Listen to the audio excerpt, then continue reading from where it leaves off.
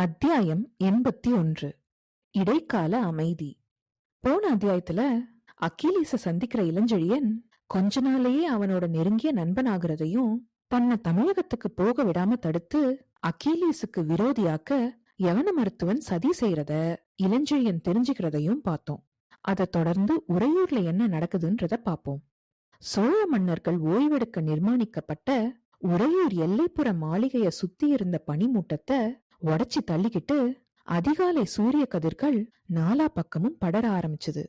அங்கங்க இருந்த பனித்துளிகள் மெதுவா மறைய ஆரம்பிச்சதும் உறைஞ்ச பனியோட உக்கிரத்துல இருந்து வெளியில வந்த மைனாக்கள் மரங்கள்ல இருந்து பறந்து வந்து புல்தரையில உக்காந்துகிட்டு சூரிய வெளிச்சத்துல கம்பீரமா நடந்துகிட்டே இன்பமா கத்த ஆரம்பிச்சது. அந்த சத்தத்தை கேட்ட மத்த பறவைகளும் தங்களோட கூடுகள்ல இருந்து வெளியில தலைய நீட்டி பதிலுக்கு கத்தவே எல்லா பக்கங்கள்லயும் இன்பமான ஒலி பரவ ஆரம்பிச்சது.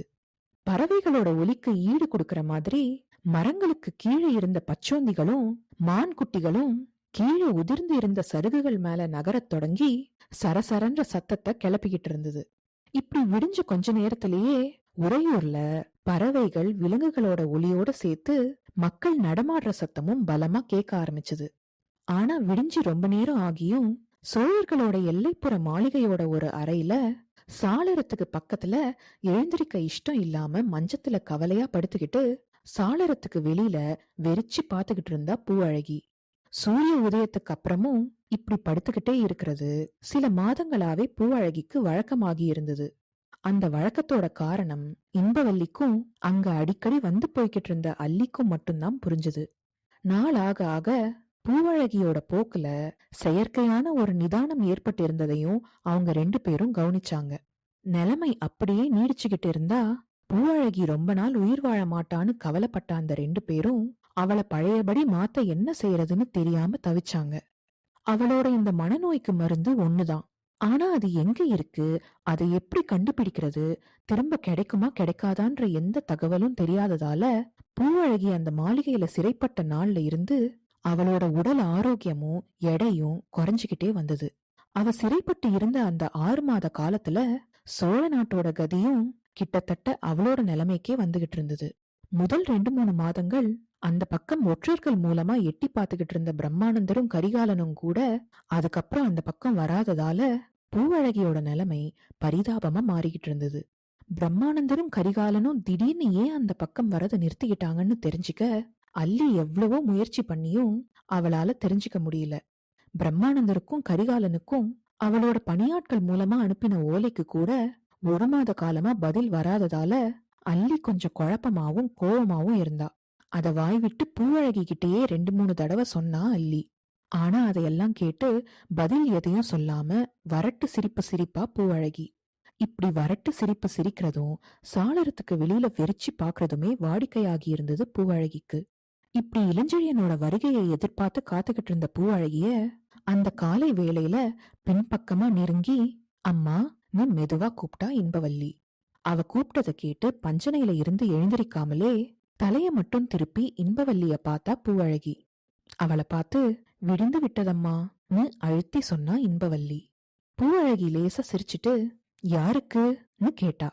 பூவழகி கேட்ட கேள்வியோட அர்த்தத்தை புரிஞ்சுக்கிட்டாலும் புரியாத மாதிரி எல்லோருக்கும் தான் அம்மான்னு சொன்னா இன்பவல்லி. எல்லோருக்கும் என்று சொல்லாதே இன்பவல்லின்னு சொன்னா பூவழகி. வேறு எப்படி அம்மா சொல்ல வேண்டும்? பூவழகியோட கண்ணை பார்த்துக்கிட்டே கேட்டா இன்பவல்லி. இன்பவல்லிய பார்த்து இப்படித்தான் அவர் கண்களும் உறவாடும், ஆனால் இந்த பரிதாபம் அவற்றில் இருக்காது, வேட்கைதான் துள்ளி கிடக்கும். நீ இளஞ்செழியனை பத்தி நினைச்ச பூவழகி லேசா சிரிச்சுட்டு என்ன கேட்டா இன்பவல்லி திரும்ப கேட்டா. ஊருக்கு விடிந்து விட்டது என்று சொன்னேன், வேறு விதமாக சொல்ல வேண்டும் என்று குறிப்பிட்டீர்கள் சொன்னா இன்பவல்லி. ஆமாம் இன்பவல்லி, நீ சொன்னதில் முழுதும் தவறில்லை, ஒருவரை தவிர என்று சேர்த்து கொண்டிருந்தால் சரியாயிருக்கும் சொன்னா பூவழகி. தன்னை தவிர மத்த எல்லாருக்கும் விடிஞ்சிருச்சுன்றதான் தன்னோட தலைவி குறிப்பிடுறான்றத புரிஞ்சுகிட்ட இன்பவல்லி அத வெளியில காட்டிக்காம, ஏன் அப்படி சொல்கிறீர்கள், சூரியன் கூட கிளம்பி விட்டான், இருளெல்லாம் அகன்று விட்டதே, தெரியவில்லையா உங்களுக்கு சொன்னான். என் உதயசூரியன் இருக்கும் இடம் இன்னும் தெரியவில்லையே இன்பவல்லி, ஆகவே என் இதயத்திலும் புத்தியிலும் ஒளி ஏதும் இல்லை, இருள்தான் இருக்கிறது. புத்தியில் இருள் இருந்தால் கண்களுக்கு ஏது வெளிச்சம்? புத்தியின் புறப்பகுதிதானே கண்னு வருத்தத்தோட சொன்னா பூவழகி. நீங்கள் இப்படி பேசுவது சரியல்ல அம்மா, நம் மரியாதையாவும் கடுமையாவும் சொன்னா இன்பவல்லி. ஏன் சரியல்ல இன்பவல்லி? என் உள்ளத்தில் ஒளி இல்லை, ஆகவே கண்களிலும் இல்லை, சொற்களிலும் இருக்காது, இதில் தவறென்ன சொல்லி இன்பவல்லிய வெறிச்சு பார்த்தா பூவழகி. நீங்கள் வேளிர் குலம் அம்மா, வீரர்கள் மரபல்லவா அதுன்னு கேட்டா இன்பவல்லி. அதை நினைவுபடுத்தாதே இன்பவல்லி, அது கயவர்கள் மரபும் கூட என்று தமிழகத்தில் பரவிவிட்டது சொன்னா பூவழகி. இருங்கோவேல் ஒருவனை வைத்துக்கொண்டு மரபை எடை போடக்கூடாதம்மா. பின் யாரை வைத்துக்கொண்டு எடை போட வேண்டும் இன்பவல்லி? அந்த கயவனுடன் சேர்ந்து அவனுக்கு பக்கபலமாக நிற்கும் 12 வேலிர்களையும் வைத்துக்கொண்டு எடை போடட்டுமா? நீ இகழ்ச்சியா கேட்ட பூவழகி கோவமா சட்டுன்னு மஞ்சத்துல எழுந்து உக்காந்தா.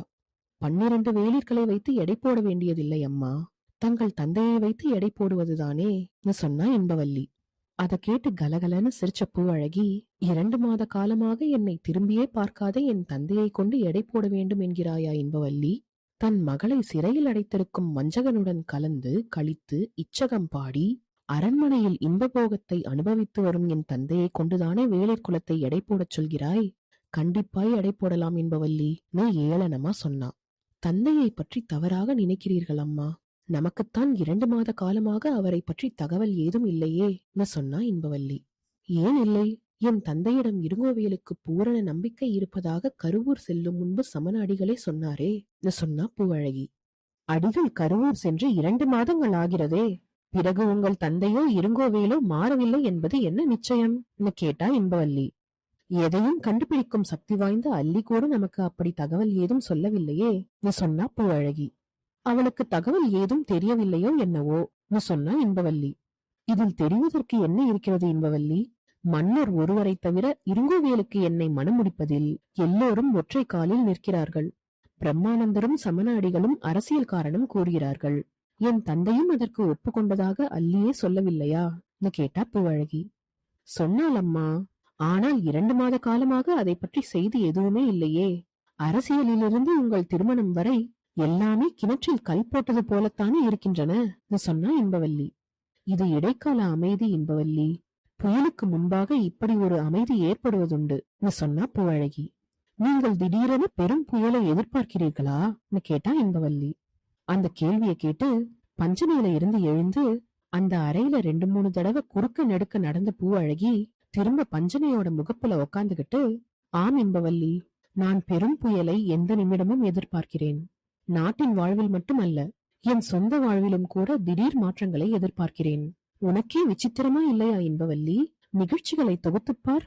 புகாரை இருங்கோவேலின் சாசனப்படி ஏற்று யவனர்களுடைய சொத்தாக்கிக் கொண்ட டைபீரியஸ் யவனராணிக்கு மகுடாபிஷேகம் செய்ய இந்திர விழா மாளிகையை வீனஸ் கோயிலாக்கி பெரும் மாறுதல்களை செய்தானே ஒழிய மகுடாபிஷேகத்தை மட்டும் நிறைவேற்றவில்லை. பிரம்மானந்தர் என் திருமணத்தை முடிக்க துடித்தாரே ஒழிய 2 மாத காலமாக வானகரையை விட்டு வெளியேறாமலும் இருங்கோவேலுக்கு அது சம்பந்தமாக எந்த தூதனையும் அனுப்பாமலும் மௌனமாய் இருக்கிறார். அரசியலில் மிக பற்றுடையவரும் வேவு பார்க்கும் தொழிலில் இணையற்றவருமான சமண அடிகள் 2 மாதங்களுக்கு முன்பு திடீரென கருவூர் சென்று பழையபடி துறவியின் அலுவல்களில் திளைத்திருக்கிறார். வஞ்சகனான இருங்கோவேல் கூட 2 மாத காலமாக என்னை துன்புறுத்த இந்த மாளிகை பக்கம் தலை காட்டக் காணோம். அரண்மனையில் இருக்கும் என் தந்தையோ மற்ற வேளிர்களோ யாருமே இருக்கும் இடம் தெரியவில்லை. இந்த சோழ தலைநகரத்துக்கு 2 முறை விஜயம் செய்து அமளி துமளி எழுப்பிய சேரபாண்டிய மன்னர்களை பற்றியும் எதுவும் தெரியவில்லை. எல்லாம் கிடக்க 15 நாட்களாக அல்லியையும் காணோமே. தமிழகமே ஸ்தம்பித்து விட்டதா இன்பவல்லி? இல்லை, நாம் அறியாத ஏதோ பயங்கர சூழ்நிலை உருவாகி வருகிறது. அது என்னவென்று நம்மால் உணர முடியவில்லை, அவ்வளவுதான். ஆனால் என் மனம் சொல்கிறது இன்பவல்லி, ஏதோ பலமான தீமை இந்த தமிழகத்துக்கு ஏற்படுகிறது என்று.